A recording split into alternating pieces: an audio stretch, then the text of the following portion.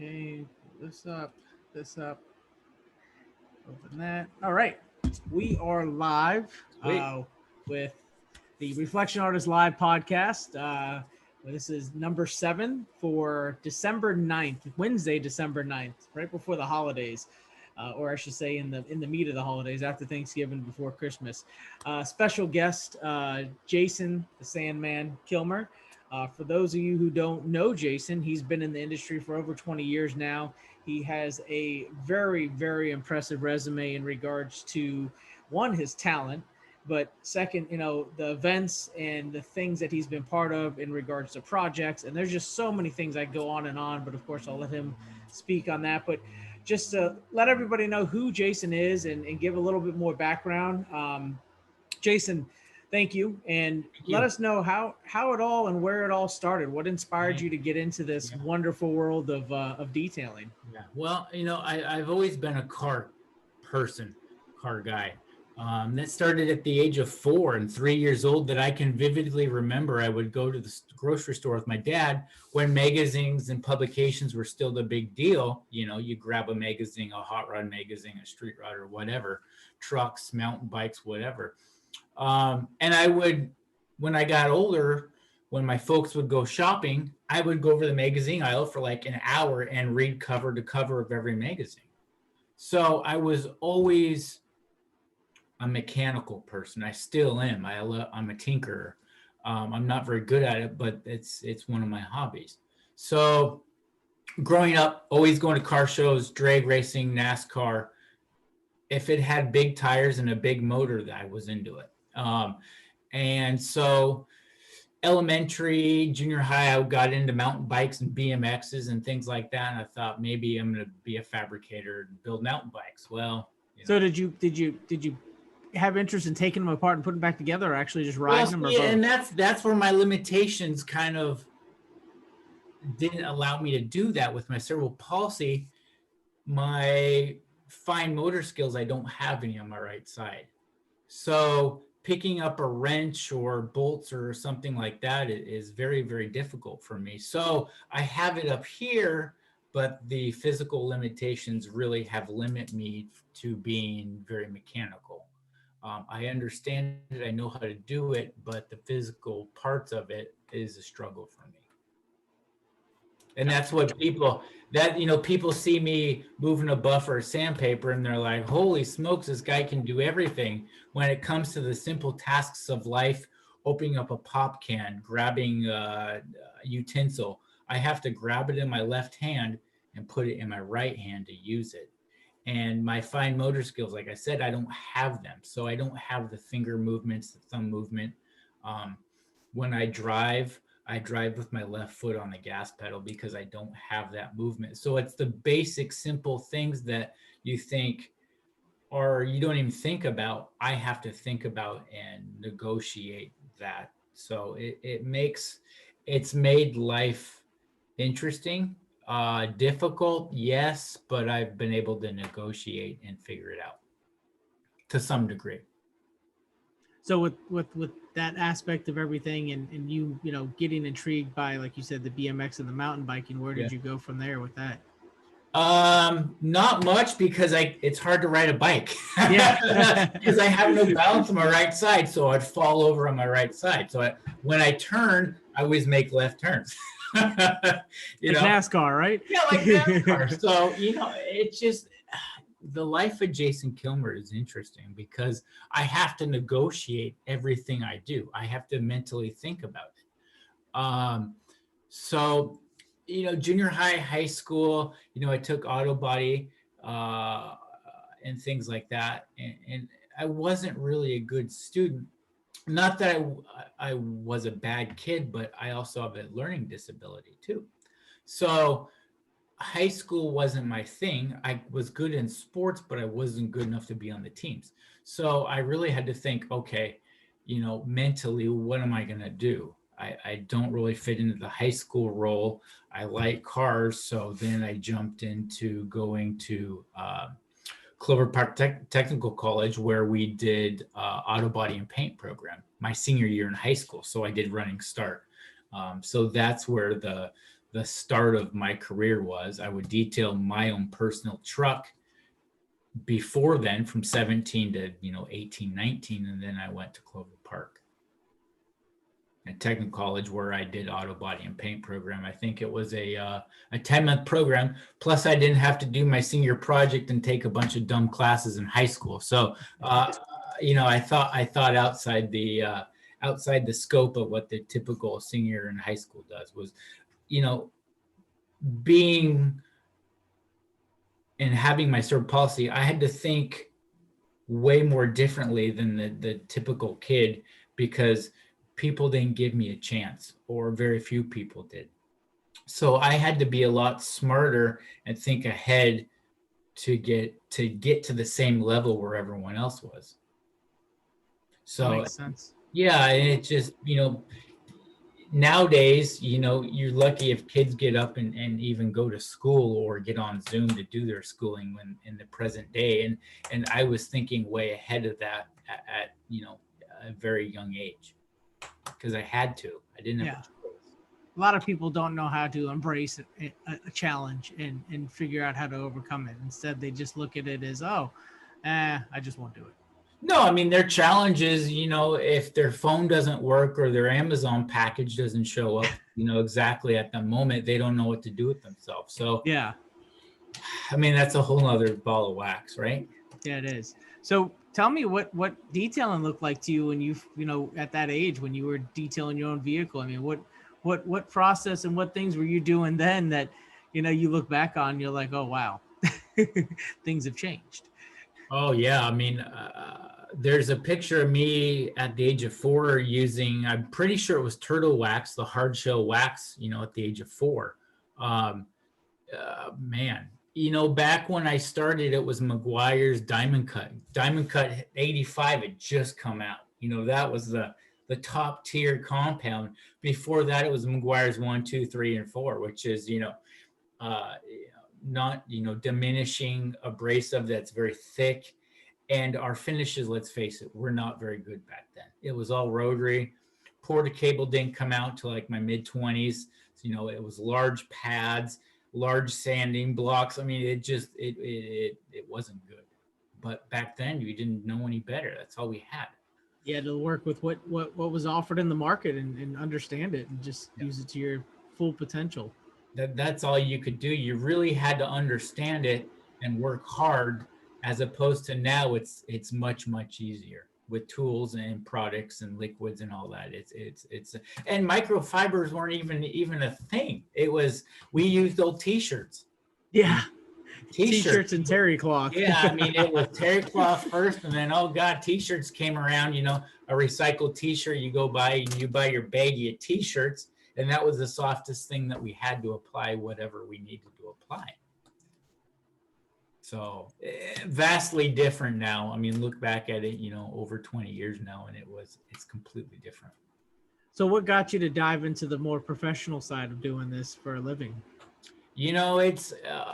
I saw the cover of Rod and Custom in 1 month. It was Tim the Toolman Taylor's 46 Ford convertible, the burgundy one they built on the show.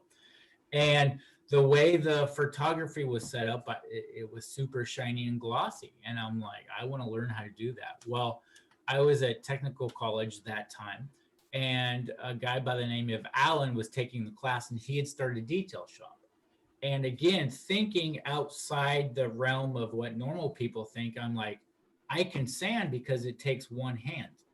My good hand, I can do that. My strong hand. So I learned how to color sand, wet sand, all that good stuff. But when it came to buffing, that was a different, because now the buffer rotates this way towards my bad hand. So I'm like, okay, well, we got to figure this out. So a lot of burnt panels in my younger days, and a lot of burnt panels my first 8 years, because now it not only it rotates towards my bad side, I have no depth reception in my left eye. So now I got to figure that out. So now you're learning the paint in a completely different approach than your common person by far. Yes, yes, I mean, yes. you So became that, a true paint whisperer to say. yeah, I mean, and that's how I teach. That's how I do life. I have to do life that way. I think I don't think of what I don't have because that's a waste of my time. I think of what I do have and I try to figure out and hone in on my skills that I do have to become whoever I am now. So I teach very simplistic because I don't have all the uses.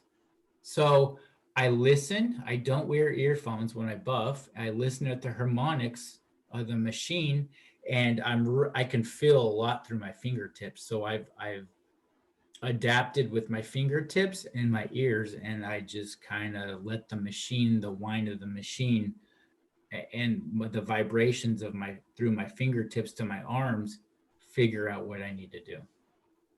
Same idea as like somebody who has, no vision, and Yeah, their sense of yeah, smell and taste yeah, and feel is much greater yeah. because the senses have redirected and become more dominant in other areas. Yeah, yeah. So also I get down close my face to the panel, and if I feel the heat radiate, I move a little bit quicker.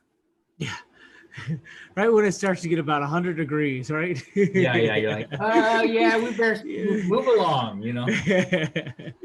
So, as you started sanding and through the years of doing that, and then the process of detailing, let's go back to that. You've really set the stage for a lot of projects and events that you've been able to win awards for in Yeah, your earlier years, even yeah, because of your skill set of detailing in itself.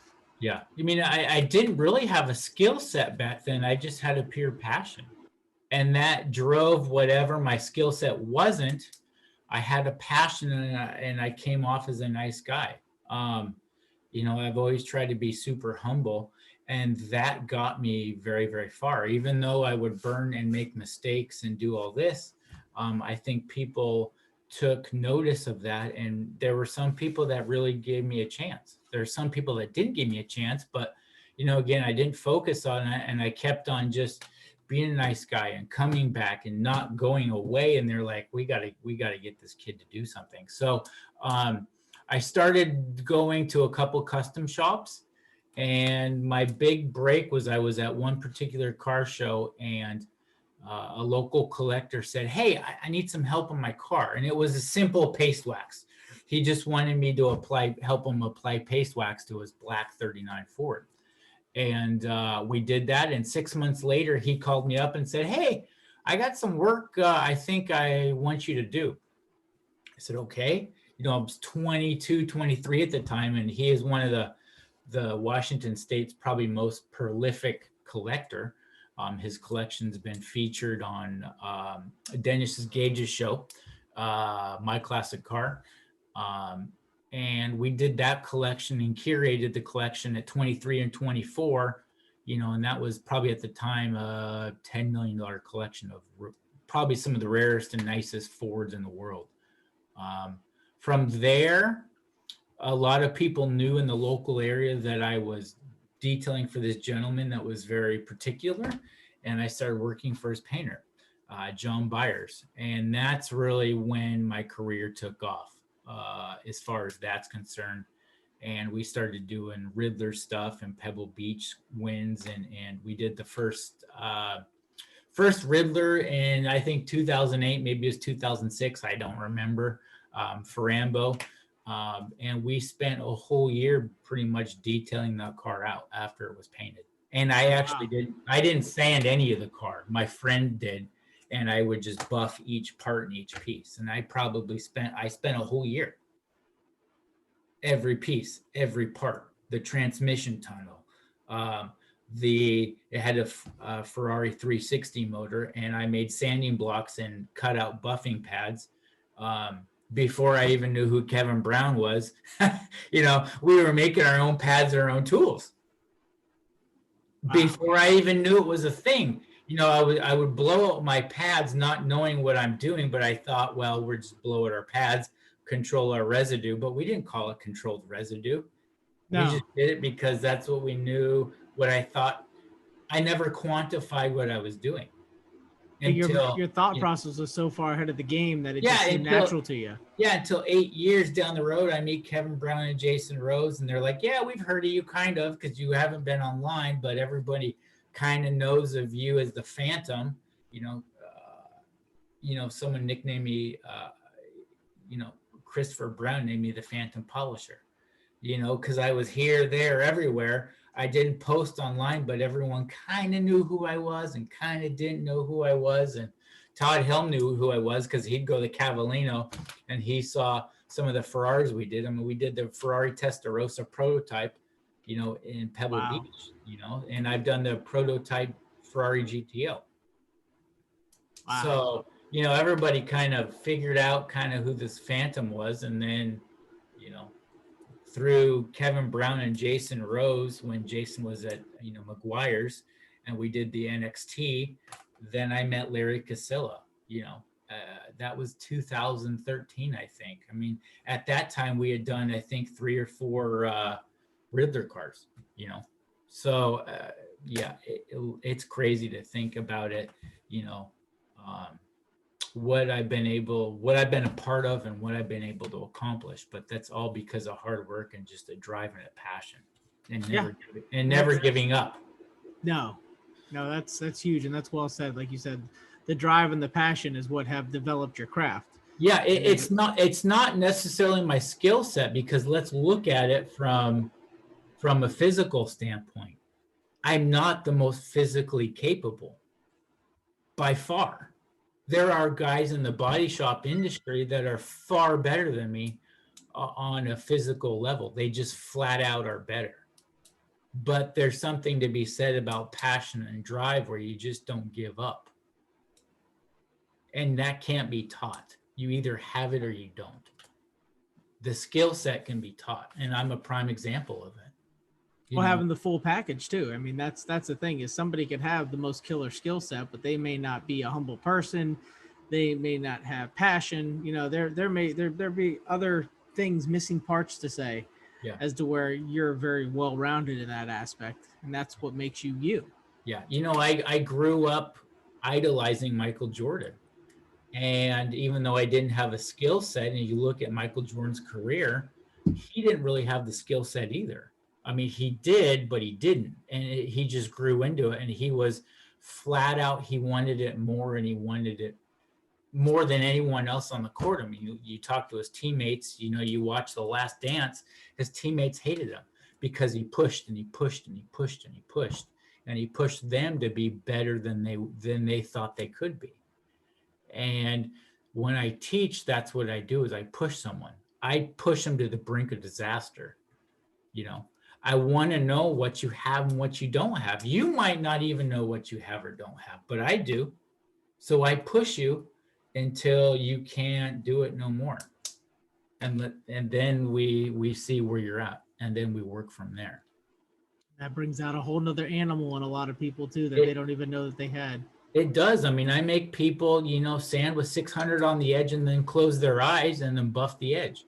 They're like, "What are you doing?" I'm like, "I'm teaching you that you have more skills than you even know you have. Your body adapts." Oh yeah. And you have to take that inner adapting and see where you're at. Some people have it, some people don't. And with your training now, you've inspired a lot of people. You've intrigued a lot of people. The level of training that you bring to the table is very unique. At what point in time did you really dive into that part of where you are with everything now, with being a trainer for the levels that you offer? Well, I started, during all these Riddler stuff, I would go to Griot's garage, and I started teaching classes. I was terrible at it, but somewhere in the lines, I really enjoyed it, and I was good at it, I think, to a certain level. And I just was me. So I think people gravitate towards that to some degree, and we just started to have fun with it. So that's where I really learned how to teach. I'm not very well spoken. Like I said, I'm not the most talented, but there's something in me. There's some package that I'm able to really hone in and really get people's attention. And when you teach, you have to understand where you lose people. You have a very short amount of time to grab people's attention, especially a newbie. You know, Yeah. an older gentleman that just wants to do his car in the weekend. You only have 3 to 5 minutes of attention span. So you have to do the whole process within 3 to 5 minutes, and then you can go into more elaborate things if someone's interested. But the majority of people, let's face it, they don't do what we do.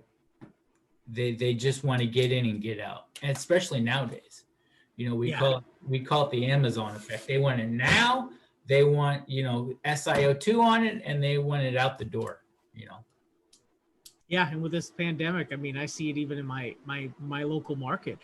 Oh, it's everywhere. Everybody's jumping on to because they see how some have sustained and how successful some have been with their detail businesses, whether it be mobile or fixed location.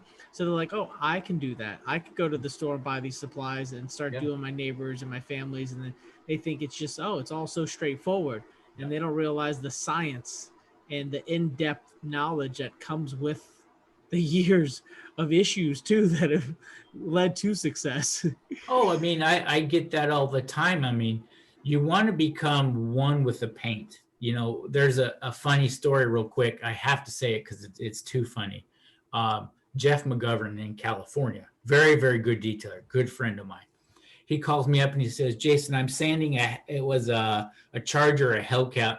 He took off the stripes and it's raised right there, right? Where the stripe meets the edge. And I said, okay. I said, get out some 1500, some 2000, grab a block, and I want you to put your phone right by the block and put it on speaker. He says, why? I said, just do it. He goes, okay. And I said, okay, now be quiet and I just want you to sand. He goes, okay. He didn't get it, but I did. I knew exactly what I was doing. And I heard the pitch of the sandpaper. No joke. And I'm like, okay, did you measure the paint before? Yeah, he measured it. Okay, I said, don't tell me. Put the gauge back on. Their gauges are somewhat close. Not really, but they give you an idea. And I said, just by the sand stroke and the sound of the pitch of the block and the sandpaper, you remove between 2 and 3 microns. He's like, what? I'm like, just put the gauge on. And he goes, I removed about 2.5. You're directly right on either side. He goes, how did you know that? I said, I knew the paint and I knew your pressure you were applying by the pitch of the sandpaper. That's the level that you want to be at. But very few people hone in on their skills enough to allow them to be that good. Yeah.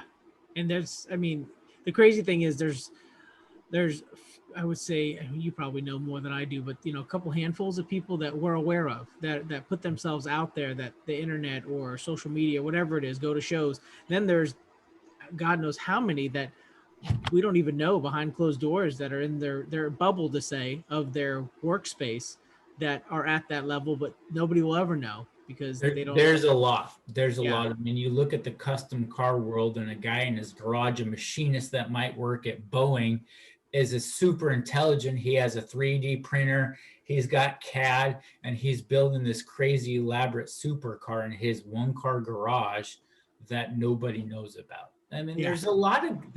Look on Instagram. You're like, wow, where'd that guy come from? That looks good, So there's a lot of talent out there, and there's a lot of guys that think they might have a lot of talent, but in person, you meet them and you're like, your pictures don't do your work justice, meaning you're not as good as you thought you were. So there's that too, and it's unfortunate, but it is, that's life in general. Yeah, no, I get a dose of that myself every time I do a PPF job, since I'm on my year 1 of it. Yeah. I'm like, oh crap. Oh man. Yeah, man. Right. This isn't the same as detailing by any means, but it's still. I thought I was good. I'm terrible. Talk about a ego check, right? Yeah, an ego buster. Yeah. Darn. So with all your involvement in so many different areas, talk to us about the KXK, the sanding blocks, and how all that Yeah. got started. Yeah. Well, yeah, it goes back to, and I still make sanding blocks at my house with my Harbor Freight, belt sander and my $200 Craftsman bandsaw. Hey, those things work. Yeah, and we started making blocks. I was at the store, at the hobby store, right before I got married. And my wife was shopping for our wedding stuff, and I saw these products, and I'm like, well, we've always used acrylic, and I saw this foam stuff, and long story short, we started making them, and I sent them out to. I knew the body shop guys would like it, but I wanted to know if the detailers were going to like it. So I made 2 sets. I sent the first set out to Chris Larson, which is, concourse wet sanding guy like myself out in Connecticut. And then I sent the other set to Scott Nichols out in Arizona. Mm-hmm. And I knew that those guys were they're high end. And I knew if they would like them, we had a shot. So I think I sent to John Morgan, if you know who John Morgan is, very intelligent human being. He's in Ohio, class act guy and a great detailer. And I sent a set out to Greg Gullis in Jersey. And those were the first sets we sent out. And I'm like, give me your honest feedback. This is just what I think. And they're like, I think you're onto something. So we started making them, and shortly after I met Andy Ward. Andy's is based out of Florida still. Yep. And we became friends, and, I was kind of his mentor. And then I met my other partner, Crazy Noxie, Eric Knox, which is a nut job. And, we started KXK shortly after SEMA. In 2015, we were incorporated, I think, 2015, I believe. And we started with the PR1s, and then we launched the sanding blocks, the Rid Sticks, and kind of the rest is history. So it's, I think we've changed how detailers look at sanding, and I did that beforehand. I mean, because sanding wasn't cool. And detailers said that we shouldn't do that, and I obviously have a different take on that. Within reason, sand to improve, not remove, on OEM for sure. There's a time to sand and there's a time not to sand, and so it's trying to, because that's the ultimate paint correction is sanding, right? Minimizing that peel and then getting the scratches out from there, and then putting a protection on top of it, whether it's a carnauba or or a ceramic or whatever, to give it that ultimate look. And that can't be done by polishing or compounding alone. So and to remove a scratch, very methodically and think about it, I think we've helped change the industry a little bit and give it some validity in sanding. Oh, 100% agree. And it's one of those things that you definitely, it's a skill set that has to be learned. You can dive into it blindly, but you're going to burn more than anything. And you're going to learn that way too. Yeah. Yeah. But, I have this thing I talk with my customers, because we don't offer a lot of sanding at the shop. We try to keep it as simple as possible. I mean, when we have to, it's me personally. And that way I know that if I screw it up, it's on my dime, right? And I get to explain to the customer. But it's what I call repair value. The more material you remove, the more opportunity you have to go back to that specific area and repair it under any terms, whether it be sanding or compounding. Yeah. And that's kind of what I pitch to our clients when it comes to, doing paint correction and having those areas of concern, the scratches that are deeper than normal, mm-hmm. and tell them that we could improve it, but I wouldn't look forward to removing it due to repair value. And it works. And it's that's realistic. That's why I say sand to improve and not remove, and, you look at me as a sandman, 20 years in, I don't like sanding. I don't even like detailing. What I enjoy, and people are like, I can't believe you just said that. What I enjoy the art. I enjoy the science. I enjoy the teaching. Because detailing another car, who cares? I can do it. I know how to do it. Yeah. What I like doing is, how can I do it faster? Can I do it more efficiently? Can I make it look even better? As far as doing the whole car by myself, uh, that's not me anymore. I enjoy everything but that. And people are like, I can't believe he just said that. He's a Sandman. He doesn't even like sanding cars. It's a lot of work. It is. It's a It lot is. of work to do a car. I mean, even on a competitive level, you're talking about 200 hours of work, if not more. We've done cars in a much shorter time. You throw it, you do some DA sanding, you buff it out, you get it out the door. On a wholesale level or something like that, that's a different level. But we're talking flat out show car stuff that'll take a toll on you, and that's if everything's going right. And most times it doesn't go right because it's painted at the last minute and you're on a time crunch. So you ask anybody on a competition level, my good friend Derek Bemis, who helped Chip Foose out on Poster, he would call me up on the phone and go, what do I need to do differently? This isn't working out, or the paint's not responding the way I want it to.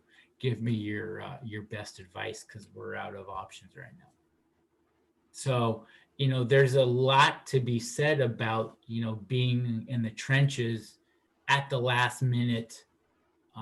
Those are the most enjoyable times, when you're falling asleep under the car because you've just worked for 96 hours and 4 days with Charlie Hutton, and he can run circles around you. Charlie Hutton by far is the Michael Jordan of paint and body. He can literally work circles around me and make it look way better than me. But I like to work with people that are better than me. It's a challenge. It's frustrating, but it's a challenge nonetheless. And you work with someone that's a higher skill set than yourself. Be okay with it. Just learn from it. Yeah. You'll be a better person and a better, hopefully, a detailer or bodyman or painter. Helps you personally raise the bar for yourself, because it shows that there's still things to obtain. There's still next level to say.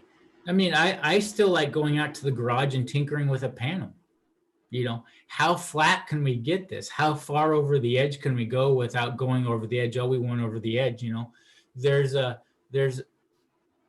I think to be great or be good, you always have to be teachable. You always have to be open to learning. And when I teach with being open. I've learned a lot from some of the guys I've taught, which they have a different perspective, and they're like, well, Yeah. how about this? Or how about this? And that's why I'm not really big on, sure, I have my certain products that I like. It's personal choice. But I think the ultimate detailer can pick up a bottle of whatever and use it and make it work. It may not be your favorite. You may not like the scent. You may not like the work time. You may not like this. But if you're good at what you do and you understand it, you can use it. And use it at a high level. Yeah. It's like a mechanic with a tool. It may not be the best tool in the arsenal, but it gets the job done at the level that needs to be done. Yeah, a guy can go to Harbor Freight or go on the Snap-on truck. I mean, a wrench is a wrench. It's how to use it. So, and that's what I try to teach is don't be so product central. Just be open to and willing to use it, and try to understand the formula or the liquid to its absolute potential. And that's really when the doors open up as far as your skill set. And that's when you really become on that next level. No, and that's, even personally with so many test-ins of liquid abrasives, it gets your mindset and your perspective so different, because you're able to understand their full potential and understand what they're doing or not doing compared to the next one, but know where the importance of that product is and why the manufacturer made it. And a lot of times, let's face it, we tinker with a product and it changes. A manufacturer might make it to do this, but tinkers And guys that are really wacky like myself, they take it way outside what the manufacturer designed it. And that's product development, right? That's where you come up with different liquids and, you know, down the road. So it's all about crazy guys like myself around the world that like to tinker with stuff and take it way outside what it was intended for. Now, just for some of the people who are watching this, as far as, you know, talking about how in your early years, you know, you had to burn some panels, you had to burn some paint. You know, for those that are getting into sanding or trying it themselves, I mean, what would be your best approach to explain yourself to a customer that, yes, gave you the okay on being able to sand, and how you would explain yourself when you burn through the paint, and what the best approach would be so they have a peace of mind with that? Yeah, it depends. On an OEM level, I try to scare the customer away, make it so unattainable to try to say, you don't want to do this. I don't really want to do this. These are the reasons why. Charge an astronomical price, and if they're still there at the end of the day, say, okay, we're going to burn some paint. Somewhere on this OEM car, if this is where the road you want to go down, you know, and that's another thing. When it's painted at the factory, it's on it. Once it sees UV, it's on its downhill slope already. Think about that. It's on its downhill slope. So anything we do from polishing and compounding is degrading that paint. So now you sand it and you're like, wow, we're making it really on its downhill slope. And if they're willing and okay to do it with the price and the possibility, very good possibility of burning something or running out of material, let's do it. But once you say all those things to a customer, they're like, oh, I don't want to do that. Good. That's what I thought you'd say. PPF it, out the door she goes. Done deal. You know, it's just, I mean, I try to make it as cut and dry as possible. Like I said, I don't do cars now on a daily, you know, but I mean, when I do cars, custom cars are different. If we burn through, you know, God forbid, we take it in the booth, repaint it, no big deal. You know, but you try not to burn. You know, you really don't want to. I don't think no one's intention is to burn. No, you just, it's par for the course. It's what happens. So yeah, you know, you just have to be okay with it. Try to figure out what happened, and sometimes it's out of your what you can do. I mean, you can only do so much. And if it's a bad paint job, hey, you can try to save it, but let the customer know that these are the things that we could run into, and let them make the call. I always let the customer make the final call. Always. It's his car, it's their project, you know, let them make the final call. And know that not everyone is going to look at that paint like you're looking at it right there. No. They're looking at the whole package. Yeah. So if you miss a scratch on the rocker, is it the end of the world? No. And that's another conversation. That could be a whole nother podcast. Yeah. What we see versus what they see. Yeah. That's a whole different perspective, because they're looking at the big picture of the vehicle, bumper to bumper. And we're over here getting so up close and personal that we start to identify and have a conscience for every defect that's there. Yeah, we're holding the light 2 inches away. I mean, come on, it's not even feasible, but we do it. Let's face it, you know, and it's just like, like Kenny Rogers used to say, you got to know when to hold them and know when to fold them and know when to walk away and know when to run. If that car's not looking good and you're like, don't do it. Yeah. Don't do it. It's not worth it. If that customer, and you pick up the phone and you're not getting a good vibe from the customer, don't do it.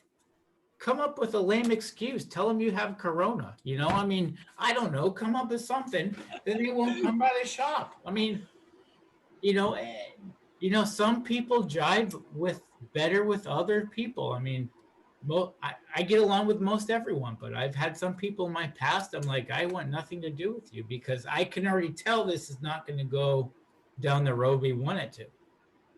Yeah, I think from a business perspective, personally, I've had that where customers, were not a fit in regards to the level of services, or it was too in depth for the price, or the paint was too far gone. And I would just be honest with them. I'd tell them that you're just not a candidate, or your vehicle is not a candidate for our services. I apologize. We can't do anything for you. Or just personality. If it's a personality clash, it's not going to go good. It's not worth it.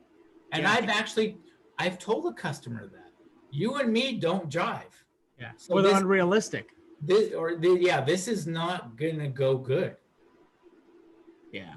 And that's okay, because I can sleep, with my head on my pillow at night, knowing that, I didn't take the job on it. I don't have that stress level. Sure, I've made mistakes. Sure, I've made people mad. I've had customers not want my services anymore, whether I burned through or not burned through, or maybe I did something even remotely dumb, which I have, because I've dealt with crazy customers, more so than the average detailer. Because the higher up you go with the money, the crazier people get. Yes. When you work with a billionaire or his caretaker, it can get a little hairy. So I don't like dealing with with that situation. There's 8 different directions there. That's why. Yeah, they change their mind in a moment's notice, So as far as, with all your years of experience and going through the evolution of products and protection, where do you stand in regards to what you personally, Jason Killmer, what you like to put on a vehicle after you've gone through and, let's not say concourse level, show style, but just, when you do a solid job for a good customer, it could be a good profile customer, and you sand and you buff and you get everything looking good. That last standing product, what's your personal preference still that you personally like out of all of what's out on the market between waxes, sealants, and coatings? I'm not really a coating guy. I understand the benefits. I know exactly what it does. I know exactly what it doesn't do.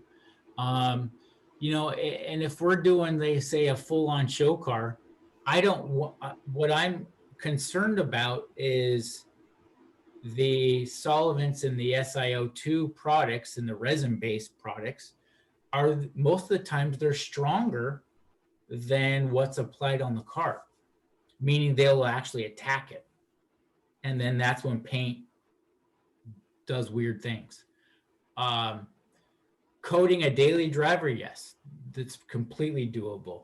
But what I like now is the evolution of the spray waxes, whatever spray wax you like.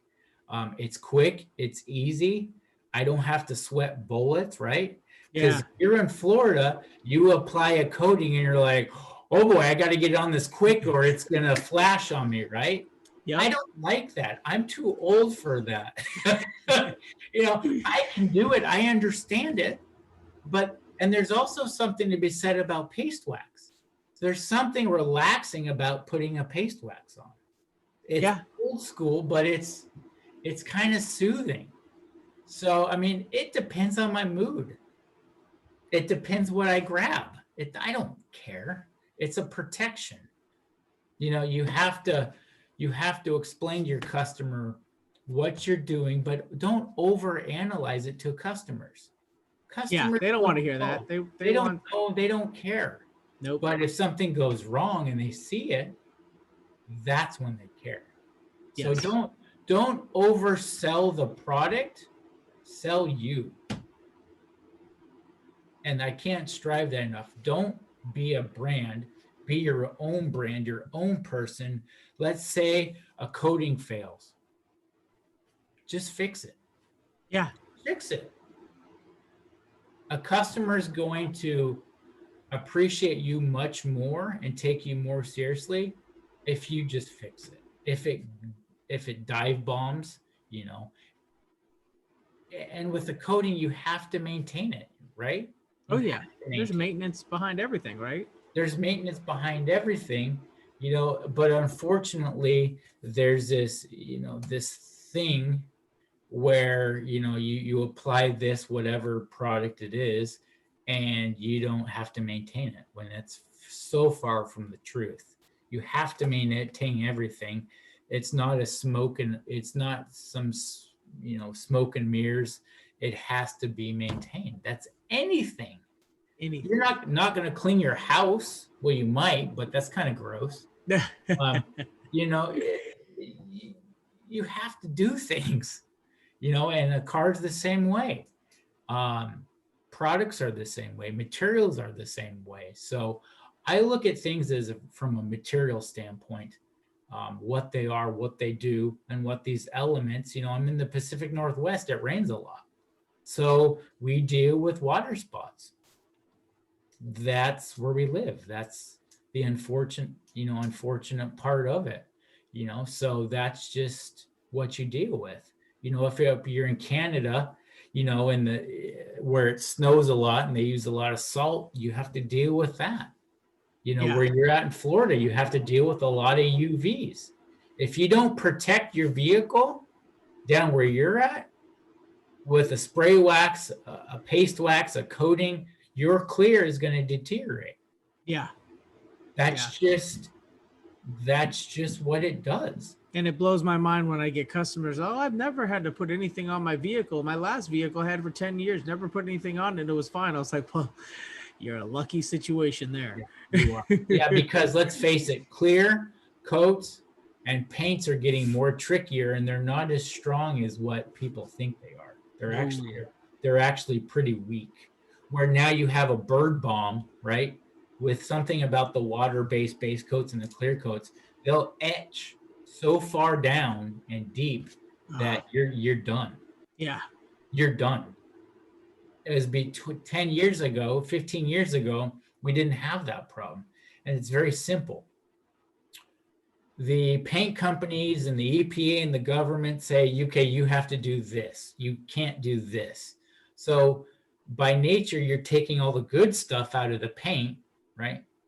And it's not as strong. It's stronger, but it's not. It's still weak. It's like carbon fiber. Carbon fiber is very strong material, but you hit it from a side impact and it shatters. Yep.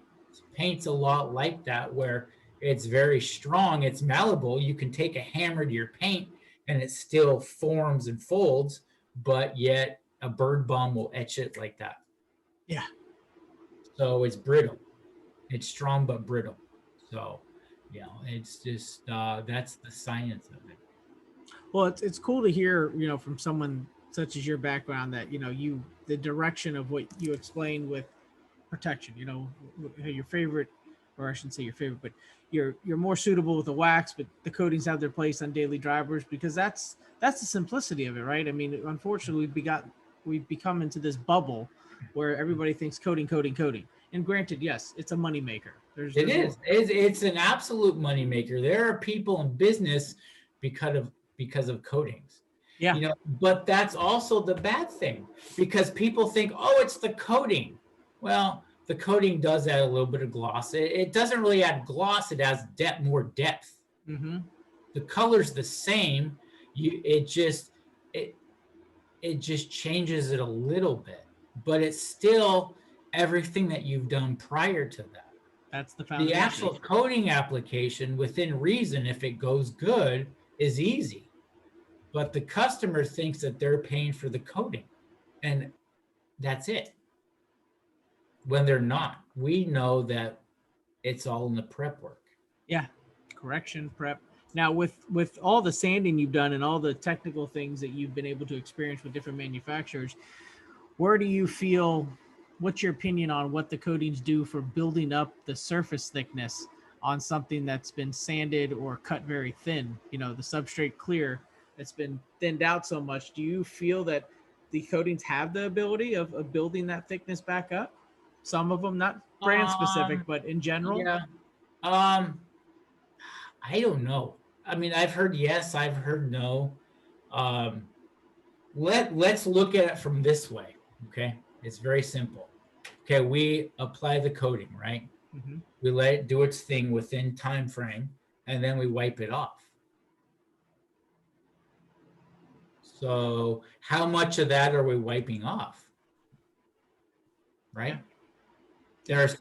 There are some coatings out there where you put on and then you just let it set, let it do its thing.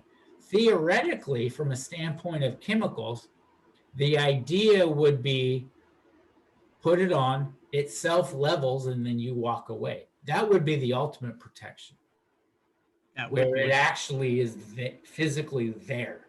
Yep. I don't know. I'm sure down the road that's obtainable, but I don't think it is right now. I mean, that would be the ultimate form. Maybe Yeah. the ultimate form would be put a SiO2 whatever in a paste and apply it by machine, and then leave it alone, because now you're working it actually into the substructure of the paint. And I'm sure there's more probability of the coating, the solvent carriers attacking such a thin layer of existing paint that's there too. That could probably cause some major issues later down the road. Yeah, because I've seen it too on resprays or even some OEMs. You know, you look at a car from, Asia, they're very soft, very brittle. I've actually wiped a coating on, and the solvents are so much stronger the day after, it's actually hazy. Oh, wow. Wow. And that's from an OEM level, but that's from my eyes. Most people don't see it at that level. Yeah. So that's why I'm kind of, coatings are the ultimate protection, I think, in terms of everything. But there are some cases where a coating is not the best way to go. Not the best choice. Not the best choice. And that just comes from experience. That just becomes from being where I've been and, seeing what I've seen. I've been fortunate enough to see this stuff on the background, on the inception side of, I've talked with chemists from the paints. I know the background of this stuff. You don't think a paint manufacturer knows coatings? They do. Could they actually mix it into their clears? They probably could. They have the technology to do that. Why they do that, I don't know. So there's a lot more technologies than what detailers think's out there. Well, why doesn't GM do this? It's this. Yeah. Painting a car is the slowest process in the build. They're literally waiting for paint to dry. So if you think about that from a dollars and cents standpoint, no wonder they're kicking them out.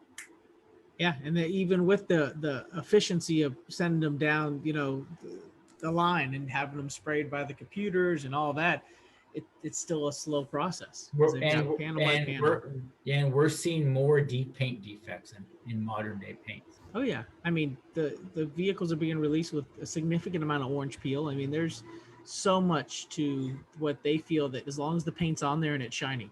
Yeah.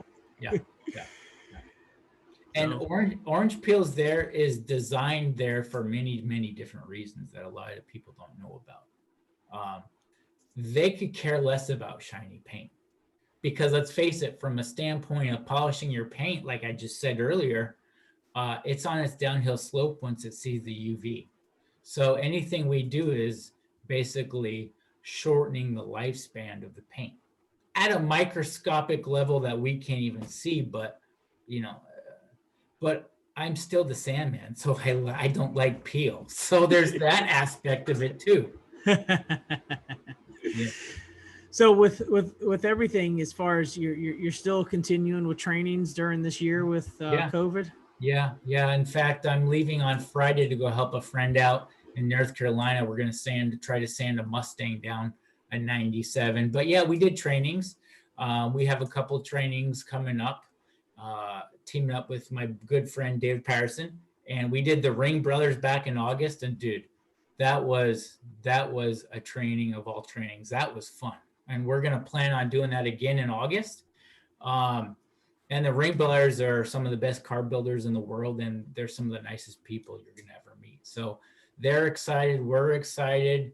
And I was just talking to them last night. We're going to try to figure out our schedule and, and do some cool things. But it's been difficult with that because of everything that's going on in the world. So it's not as easy as it used to be, for sure.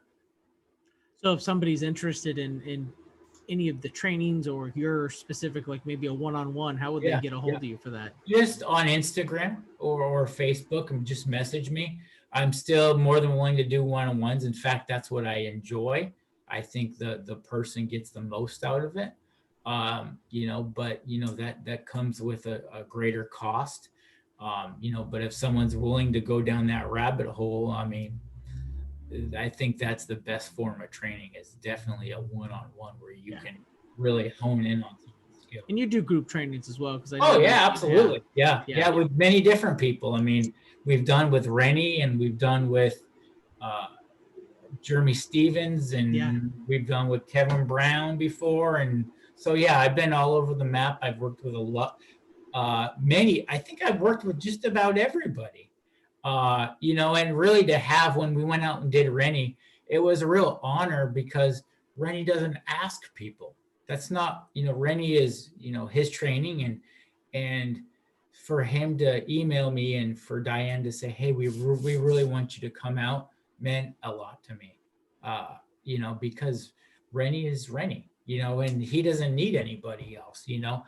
Kevin Brown is Kevin Brown. He doesn't need anybody else. Jeremy Stevens is awesome dude, and he doesn't need anybody else. So to be part of these different segments is a real honor, and I hold it to highest regards, that I want to respect what they do, and give a little bit of Killmer flair to it at the same time. So I've been very blessed to work with many different people and many different brands, but the way to do it, I think, is non-threatening. And I think that's part of my success was, I'm not going to slam it down your throat the Kilmer way. I don't. If it works for you, it works for you. If it doesn't, it doesn't. And either way, it doesn't matter. It's all about a personal choice. And as far as anybody and everybody who's out there listening, is there anything, as we're coming to an end for the podcast and keeping it within the time frame, that you would want to put out there or say that on your behalf? Strive for not necessarily perfection, but be passionate, and always be a student of whatever you're doing. Try to learn something new every day, and be open to new ideas. It might not work out well, the idea, but you may learn something down the road that, hey, I took a little piece from here and a little piece from him, and I put my own spin on it, and it works. So you may not polish like me, and that's fine, but maybe take something away from me, or take something away from you, or Rennie, or Kevin Brown, or Larry Casilla, or Matt Moorman, and make it your own. You are your own person. You see things differently. You react differently. You do things differently physically. You understand things at a different level than anybody else. You're your own individual. So do it. Don't necessarily try to clone somebody or clone that person. Be your own you, and do it the way, that you understand it. And hopefully you choose someone that you like and you aspire to want to be. But at the end of the day, do it the way you do it, and what makes sense to you. Very well said. Very well said. And thank you. And thanks for having me. Yeah, bro. It was a very good episode 7. So thank you for being part of our, first couple episodes, getting out, breaking ground before we start to reach the double digits. This was very helpful, and hopefully, some people got some good education and got to know you a lot better. And it was an honor having you on, for sure. You need to bring me down to Melbourne so I can get some sunshine. We could have some fun. I would love to do a class here. If we could get something going in the next year, that's definitely an option, Yeah. So, I mean, I know your shop is small, but if we did, 3 to 5 guys, made it more of an intimate setting, we would explode some minds on some of the stuff that we do. And it's just fun to tinker around. Oh yeah.